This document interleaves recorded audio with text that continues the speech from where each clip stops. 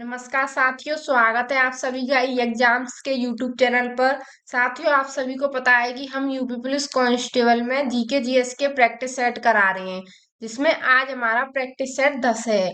तो आइए शुरू करते हैं अपनी क्लास को, जिसमें आज का पहला प्रश्न है, निम्नलिखित में से किस नदी का उद्गम भारत के बाहर है? इसका राइट आंसर ब्रह्मपुत्र नदी का उद्गम भारत के बाहर है। इंपॉर्टेंट पॉइंट्स में जानते हैं। ब्रह्मपुत्र नदी का उद्गम तिब्बत के मानसरोवर झील से 80 किलोमीटर की दूरी पर स्थित चयन युग्म डुम्म हिमानी क्षेत्र से समुद्र तल से ऊंचाई 5150 मीटर होता है। तिब्बत में इसे सांपो तथा असम में दिहाग कहा जाता है। यह बंगाल की खाड़ी में गिरती है। ब्रह्मपुत्र की कुल लंबाई 2900 किलोमीटर, भारत में 916 किलोमीटर है। ब्रह्मपुत्र की सहायक नदियां कामागो, धनगिरी, मानस, तीस्ता, सुवर्णसिरी आदि। अगला प्रश्न देखते हैं। इसमें पूछा गया इग्लू क्या है? इसका राइट आंसर है इग्लू गुम्मद के आकार का एक घर या झोपड़ी है, जो कठोर बर्फ की सिल्ली से बनाया जाता है, जिसमें एस्किमो रहते हैं। इसका ये राइट आंसर है। इंपॉर्टेंट पॉइंट्स में जान लेते हैं। इग्लू बर्फ के घर का एक प्रकार है। गुम्मद आकार का एक घर या झोपड़ी है, जो कठोर बर्फ की सिल्ली से बनाया जाता है। इसमें एस्किमो नामक जनजाति के लोग रहते हैं।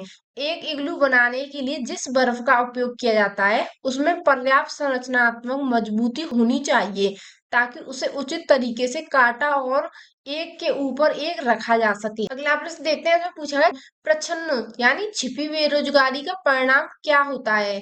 इसका राइट आंसर है उत्पादक कर्मचारियों की संख्या में वृद्धि होता है। इंपॉर्टेंट पॉइंट्स में जान लेते हैं।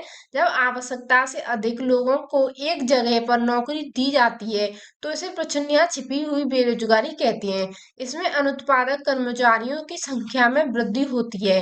यह बेरोजगारी का एक ऐसा स्वरूप है जिसमें व्यक्ति अपने आप को बेरोजगार महसूस नहीं करता है, लेकिन तकनीकी रूप से वह बेरोजगार ही होता है। भारत में मुख्यतः कृषि क्षेत्र में प्रचंड बेरोजगारी व्याप्त है। अगला प्रश्न देखते हैं। इसमें पूछा गया है, चंबल नदी किन राज्यों से होकर बहती है? इसका राइट आंसर है चंबल नदी उत्तर प्रदेश, मध्य प्रदेश और राजस्थान से होकर बहती है। इंपॉर्टेंट पॉइंट्स में जान लेते हैं। चंबल नदी का उद्गम मध्य प्रदेश में मऊ के समीप स्थित जानापाग पहाड़ी से होता है। यह नदी उत्तर प्रदेश, मध्य प्रदेश तथा राजस्थान से होकर बहती है। इसकी कुल लंबाई 965 किलोमीटर है। इसकी प्रमुख सहायक नदियां काली सिंध, पार्वती, शिप्रा, बनारस आदि हैं। अगला प्रश्न देखते हैं। इसमें पूछा गया है, वह इतालवी यात्री जिसने विजयनगर साम्राज्य का अत्यंत प्रशंसात्मक विस्तृत वर्णन किया है, वह है? इसका राइट आंसर निकोलो कोंटी। इंपॉर्टेंट पॉइंट्स में जान लेते हैं। इतालवी यात्री निकोलो कोंटी 1420 ईस्वी में विजयनगर साम्राज्य के प्रमुख शासक देवराय प्रथम के काल में विजयनगर की यात्रा पर आया था। उसने अपने यात्रा वृत्तांत विजयनगर साम्राज्य का अत्यंत प्रशंसात्मक विस्तृत वर्णन प्रस्तुत किया। अगला प्रश्न देखते हैं। पूछा है, स्वतंत्रता के बाद रियासतों के एकीकरण में सबसे महत्वपूर्ण भूमिका किसके द्वारा निभाई गई? इसका राइट आंसर है सरदार वल्लभ भाई पटेल के द्वारा महत्वपूर्ण भूमिका निभाई गई। इंपॉर्टेंट पॉइंट्स में जान लेते हैं। 15 अगस्त 1947 के समय भारत में छोटी बड़ी लगभग 562 देशी रियासतें थी। भारतीय स्वतंत्रता अधिनियम 1947 में इन्हें इस बात की अनुमति दी गई थी कि सभी रियासतें भारत अथवा पाकिस्तान में से किसी एक में विलय कर ले या स्वतंत्र रूप से शासन का संचालन करे।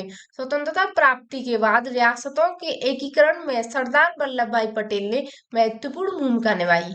अगला प्रश्न देखते हैं। इसमें पूछा गया है, चरकुला नृत्य किससे संबंधित है? इसका राइट आंसर है चरकुला नृत्य उत्तर प्रदेश से संबंधित है।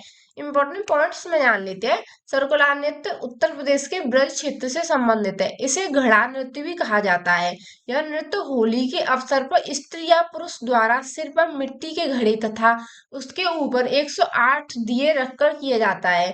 चरकुला नृत्य का इतिहास ब्रज मथुरा क्षेत्र की अष्टधात्री देवी राधा रानी के जन्म से संबंधित है। अगला प्रश्न देखते हैं। इसमें पूछा है, हर्षवर्धन की राजधानी कहाँ है? इसका राइट आंसर हर्षवर्धन की राजधानी कन्नौज है। इंपॉर्टेंट पॉइंट्स में जान लेते हैं। वर्ष 606 ईस्वी में 16 वर्ष की आयु में हर्षवर्धन थानेश्वर वर्तमान हरियाणा में स्थित की गद्दी पर बैठा। उसने गौड़ शासक संसाक को पराजित कर कन्नौज पर अधिकार कर लिया तथा उसे अपनी राजधानी बनाया। हर्षवर्धन को शिलादित्य के नाम से भी जाना जाता है। प्रसिद्ध चीनी यात्री हुएनसांग हर्षवर्धन के शासनकाल में ही भारत यात्रा पर आया था। अगला प्रश्न देखते हैं। इसमें पूछा है बुद्ध ने अपना पहला उपदेश कहाँ दिया था। इसका राइट आंसर है बुद्ध ने अपना पहला उपदेश सारनाथ में दिया था। इंपॉर्टेंट पॉइंट्स में जान लेते हैं। बुद्ध ने अपना प्रथम उपदेश सारनाथ ऋषिपंतन में दिया था, जिसे बौद्ध ग्रंथों में धर्मचक्र प्रवर्तन कहा जाता है। बुद्ध ने अपने उपदेश पाली भाषा में दिए। बुद्ध को 6 वर्ष की कठिन तपस्या के पश्चात 35 वर्ष की आयु में वैशाख पूर्णिमा की रात निरंजन फल्गु नदी के किनारे पीपल वृक्ष के नीचे ज्ञान प्राप्त हुआ। ज्ञान प्राप्ति के बाद ही वे बुद्ध के नाम से जाने गए तथा वह स्थान बोध गया कहलाता है। अगला प्रश्न देखते हैं। इसमें पूछा कंप्यूटर की स्मृति का मापन किया जाता है। इसका राइट आंसर है बिट्स के द्वारा किया जाता है। पॉइंट्स में जान लेते हैं। कंप्यूटर की स्मृति मेमोरी का मापन बिट्स के द्वारा किया जाता है। 8 बिट्स का मान 1 बाइट के बराबर होता है। कंप्यूटर में टर्म मेमोरी एक चिप दर्शाता है जो डेटा को स्टोर करती है। यह संग्रहीत डेटा को पुनः प्राप्त करने में सक्षम बनाती है। मेमोरी की भंडारण क्षमता मेमोरी पैकेज के प्रकार पर निर्भर करती है। अगला प्रश्न देखते हैं। इसमें पूछा गया अंतरिक्ष में भेजा गया भारत का प्रथम उपग्रह था। इसका राइट आंसर है आर्यभट्ट। इंपॉर्टेंट पॉइंट्स में जान लेते हैं। आर्यभट्ट भारत का पहला उपग्रह है। इसे सोवियत संघ द्वारा 19 अप्रैल 1975 को कॉमसोम 3 आर्यभट्ट भारत का पहला उपग्रह है। इसे सोवियत संघ द्वारा 19 अप्रैल 1975 को कोमसोम 3 प्रक्षेपण वाहन द्वारा कास्युतिन यान से प्रक्षेपित किया गया था। इसका नाम महान गणितज्ञ आर्यभट्ट के नाम पर रखा गया था। इसे भारतीय अंतरिक्ष अनुसंधान संगठन इसरो द्वारा अंतरिक्ष में उपग्रह संचालन से संबंधित अनुभव प्राप्त करने हेतु बनाया गया था।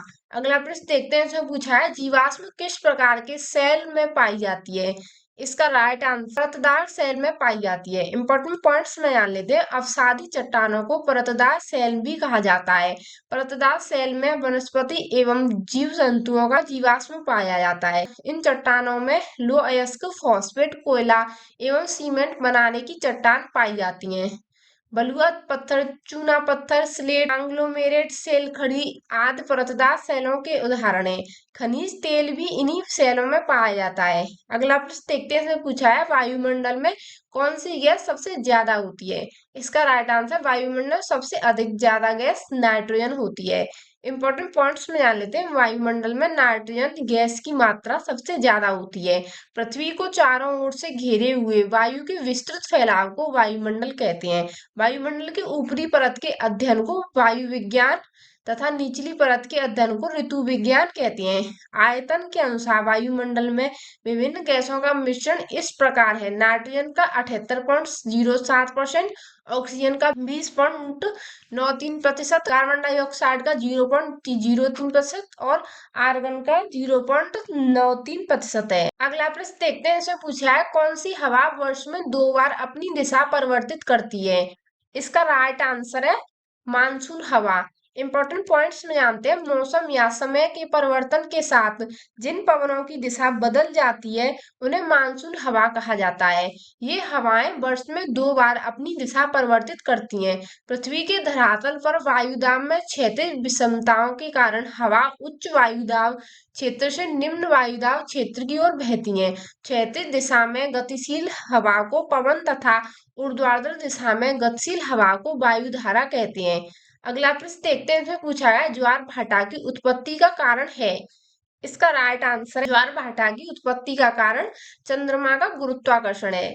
इंपॉर्टेंट पॉइंट्स में जानते हैं। चंद्रमा एवं सूर्य के आकर्षण शक्तियां गुरुत्वाकर्षण के कारण सागरीय जल के रूप में उठने तथा नीचे गिरने को ज्वार भाटा कहते हैं। सागरीय जल के ऊपर उठकर आगे बढ़ने को ज्वार तथा नीचे गिरकर पीछे लौटने को भाटा कहते हैं। पहला है सूर्य का गुरुत्वीय बल, दूसरा है चंद्रमा का गुरुत्वीय बल तथा तीसरा पृथ्वी पर अपकेंद्रित बल। अगला प्रश्न देखते हैं। पूछा है गोबी कलाहारी अटाकामा सहारा क्या है।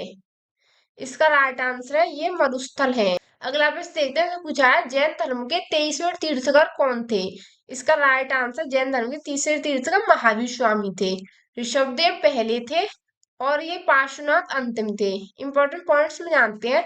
जैन धर्म के 23वें तीर्थंकर पार्श्वनाथ जो काशी के इक्ष्वाकु वंशी राजा अश्वसेन के पुत्र थे। इनके द्वारा दी गई शिक्षाएं थी हिंसा न करना, सदा सत्य बोलना, चोरी न करना, संपत्ति न रखना। आप प्रश्न देखते हैं, इससे पूछा है निम्नलिखित में से कौन सी नदी डेल्टा नहीं बनाती है। इसका राइट आंसर नर्मदा नदी डेल्टा नहीं बनाती है। इंपॉर्टेंट पॉइंट्स में जानते हैं। नर्मदा नदी डेल्टा का निर्माण नहीं करती है। यह नदी डेल्टा के बजाय एस्चुअरी का निर्माण करती है। इसका उद्गम स्थान विंध्याचल पर्वत श्रेणियों में स्थित अमरकंटक नामक स्थान है, जिसकी ऊंचाई समुद्र तल से 1057 मीटर है। यह नदी खम्मात की खाड़ी अरब सागर में गिरती है। यह पश्चिम में बहने वाली एक प्रमुख नदी है।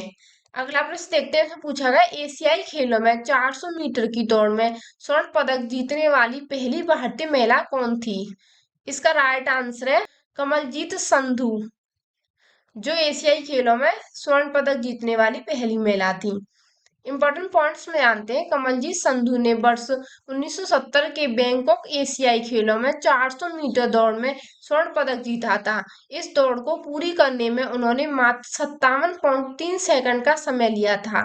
वह एशियाई खेलों में स्वर्ण पदक जीतने वाली पहली भारतीय महिला खिलाड़ी थी। वर्ष 1971 में कमलजीत संधू को पद्मश्री पुरस्कार से सम्मानित किया गया था। अगला प्रश्न देखते हैं, तो पूछा है नीलकंठ में कौन सा समास होता है। इसका राइट आंसर नीलकंठ में बहुब्रीहि समास होता है। अगला प्रश्न देखते हैं, तो पूछा है बांग्लादेश के क्रिकेट मैदान पर किस खिलाड़ी की मृत्यु हुई थी। इसका राइट आंसर है रमन लाम्बा की मृत्यु हुई थी। इंपॉर्टेंट पॉइंट्स में जानते हैं। बांग्लादेश के ढाका में स्थित क्रिकेट स्टेडियम बंगबंधु भारतीय क्रिकेट खिलाड़ी रमन लाम्बा की मैदान पर क्षेत्र रक्षण के दौरान सिर पर गेंद लगने से मृत्यु हो गई थी। रमन लाम्बा वर्ष 1960 से 1998 उत्तर प्रदेश के मेरठ जिले के निवासी थे। अगला प्रश्न देखते हैं, तो पूछा है भारतीय संविधान सभा के प्रथम अध्यक्ष कौन थे। इसका राइट आंसर है doctor Rajendra Prasad. Important points में जानते हैं। संविधान सभा के प्रथम अध्यक्ष स्थायी डॉक्टर राजेंद्र प्रसाद थे। कैबिनेट मिशन संस्तुतियों के आधार पर भारतीय संविधान के निर्माण के लिए संविधान सभा का गठन जुलाई 1946 को किया गया था। संविधान सभा की प्रथम बैठक 9 दिसंबर 1946 को हुई थी। इसमें सर्वसम्मति से सच्चिदानंद सिन्हा को अस्थायी अध्यक्ष चुना गया था, परंतु बाद में डॉक्टर राजेंद्र प्रसाद को 11 दिसंबर 1946 को प्रथम स्थायी अध्यक्ष के रूप में चुना गया था। अब इस देखते हैं, पूछा है भारत में संपत्ति का अधिकार अब रह गया है। राइट आंसर है कानूनी अधिकार रह गया है। इंपॉर्टेंट पॉइंट्स में आते हैं। मूल संविधान के 7 मौलिक अधिकारों का वर्णन था, लेकिन 44वें संविधान संशोधन 1978 के द्वारा संपत्ति के अधिकार अनुच्छेद 31 एवं 19 को मौलिक अधिकार को सूची से हटाकर इसे संविधान के अनुच्छेद 300 के अंतर्गत कानून अधिकार के रूप में परिवर्तित कर दिया गया है। भारतीय संविधान में मौलिक अधिकारों का वर्णन भाग 3 में अनुच्छेद 12 से 35 है। वर्तमान में नागरिकों को 6 मौलिक अधिकार प्रदान किए गए हैं। अगला प्रश्न देखते हैं। इसमें पूछा गया है जिम कार्बोनेट नेशनल पार्क कहाँ है। इसका राइट आंसर है रामनगर नैनीताल में जिम कार्बोनेट नेशनल पार्क है। इंपॉर्टेंट पॉइंट्स में जानते हैं। जिम कार्बोनेट राष्ट्रीय उद्यान भारत का सबसे पुराना राष्ट्रीय उद्यान है। यह उत्तराखंड के नैनीताल जिले के रामनगर के पास स्थित है। इसका नाम महान पक्षी विज्ञान एवं पर्यावरणविद जिम कार्बोनेट के नाम पर रखा गया है। इन्होंने इसकी स्थापना में महत्वपूर्ण भूमिका निभाई थी। भारत में बाघों के संरक्षण के लिए वर्ष 1973 में प्रोजेक्ट टाइगर की शुरुआत जिम कार्बोनेट नेशनल पार्क से ही की गई थी। अगला प्रश्न देखते हैं। इसमें पूछा है सुंदरवन है। सुंदरवन क्या है। इसका right answer Ganga Brahmaputra delta में सुंदरवन कहलाता है। इंपॉर्टेंट पॉइंट्स में जानते हैं। सुंदरवन भारत के पश्चिम बंगाल के दक्षिणी भाग में गंगा ब्रह्मपुत्र डेल्टा में स्थित है। यह एक राष्ट्रीय उद्यान बाघ संरक्षित क्षेत्र एवं बायोस्फीयर रिजर्व क्षेत्र है। यह क्षेत्र मैद्रोव के घने जंगलों से घिरा हुआ है और रॉयल बंगाल टाइगर का सबसे बड़ा संरक्षित क्षेत्र है। बंगाल टाइगर के अलावा यहाँ बारहसिंहा, हिरण, विभिन्न प्रजातियों के सांप और खूबसूरत पक्षियों का आवास है। अगला प्रश्न देखते हैं। इसमें पूछा है ध्वनि मापक इकाई को कहती हैं? इसका राइट आंसर है डेसिबल कहती हैं ध्वनि मापक इकाई को। इंपॉर्टेंट पॉइंट्स में आते हैं, ध्वनि मापक इकाई को डेसिबल कहते हैं। विभिन्न माध्यमों में ध्वनि की चाल भिन्न भिन्न होती है। किसी माध्यम में ध्वनि की चाल मुख्यतः माध्यम की प्रत्यास्थता तथा घनत्व पर निर्भर करती है। ध्वनि की चाल सबसे अधिक ठोस में, उसके कम द्रव्य में और सबसे कम गैस में होती है। ध्वनि की तीव्रता व्यक्त करने का मात्रक बेल है। बेल एक बड़ा मात्रक है। अगला प्रश्न देखते हैं, इसमें पूछा है हरितगृह प्रभाव किस गैस के अधिक मात्रा में होने से बढ़ता है? इसका राइट आंसर है कार्बन डाइऑक्साइड होने से। इंपॉर्टेंट पॉइंट्स में जानते हैं, हरितगृह प्रभाव कार्बन डाइऑक्साइड गैस की अधिक मात्रा में होने से बढ़ता है। कार्बन डाइऑक्साइड सबसे भारी गैस है और इस कारण यह सबसे निचली परत में मिलती है।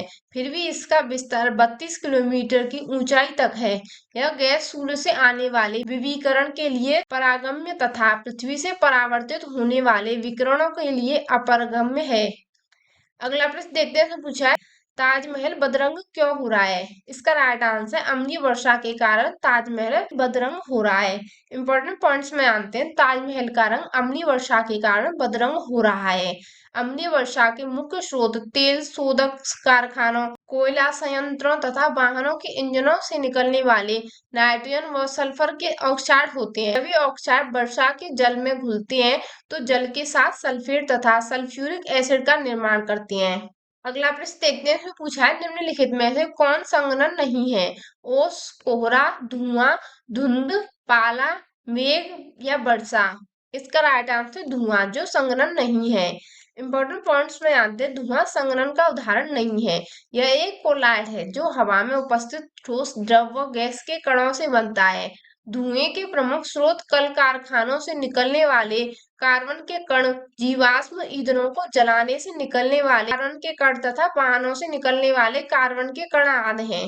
अगला प्रश्न देखते हैं, इसमें पूछा है निम्नलिखित में से उष्णकटिबंधीय क्षेत्र कौन सा है?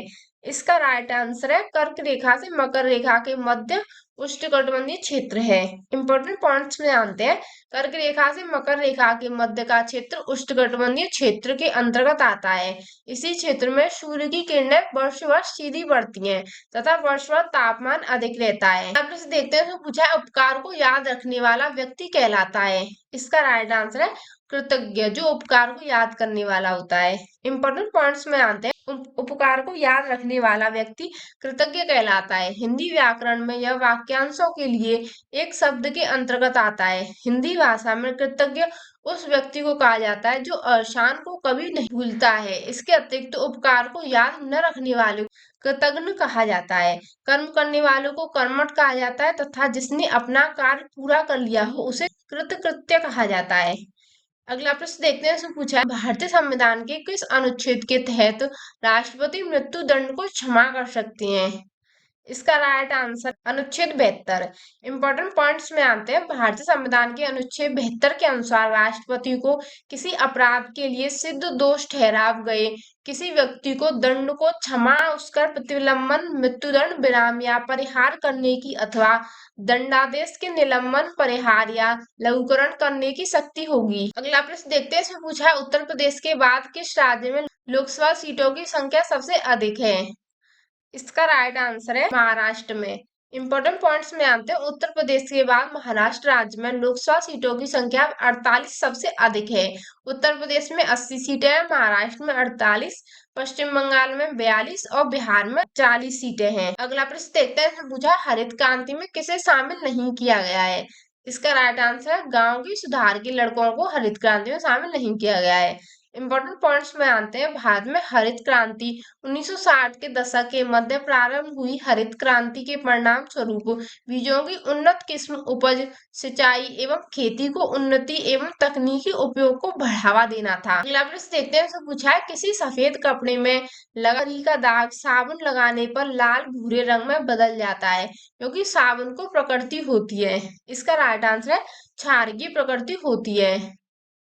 इंपॉर्टेंट पॉइंट्स में आते हैं, किसी सफेद कपड़े में लगा करी का दाग साबुन लगाने पर लाल भूरे रंग में बदल जाता है क्योंकि साबुन की प्रकृति में क्षारीय होती है। अगला प्रश्न देखते हैं, पूछा गया विषाणु के अध्ययन को क्या कहा जाता है? इसका राइट आंसर विषाणु के अध्ययन को वायरोलॉजी कहा जाता है। इंपॉर्टेंट पॉइंट्स में आते हैं वायरोलॉजी विषाणुओं का अध्ययन, पोडोलॉजी मृदा निर्माणों का अध्ययन, बायोलॉजी जीवों का अध्ययन और पैथोलॉजी रोगों की प्रकृति लक्षणों व कारकों का अध्ययन। अगला प्रश्न देखते हैं, इसमें पूछा है मानव शरीर की सबसे छोटी हड्डी कौन सी है? इसका राइट आंसर है कान की हड्डी, स्टेपिज यानी। इंपॉर्टेंट पॉइंट्स में आता है मानव शरीर की सबसे छोटी हड्डी स्टेपिज है जो मनुष्य के कान में पाई जाती है। मानव शरीर की सबसे बड़ी हड्डी फीमर कहलाती है जो मनुष्य की जांग में पाई जाती है। अगला प्रश्न देखते हैं, इससे पूछा है इसमें केंद्र सरकार के साथ साथ राज्य सरकार के बारे में भी सरोकार परिलक्षित होते हैं। इसका राइट आंसर है समवर्ती सूची में। इंपॉर्टेंट पॉइंट्स में आते हैं, समवर्ती सूची में केंद्र सरकार के साथ साथ राज्य सरकार के बारे में भी सरोकार परिलक्षित होते हैं। समवर्ती सूची का प्रावधान ऑस्ट्रेलिया के संविधान से अंगीकार किया गया है। आशा करती हूँ कि आपको ये क्लास अच्छी लगी होगी। अच्छी लगी हो तो इसे लाइक करना और चैनल पर नए आए हो तो सब्सक्राइब कर लेना। धन्यवाद।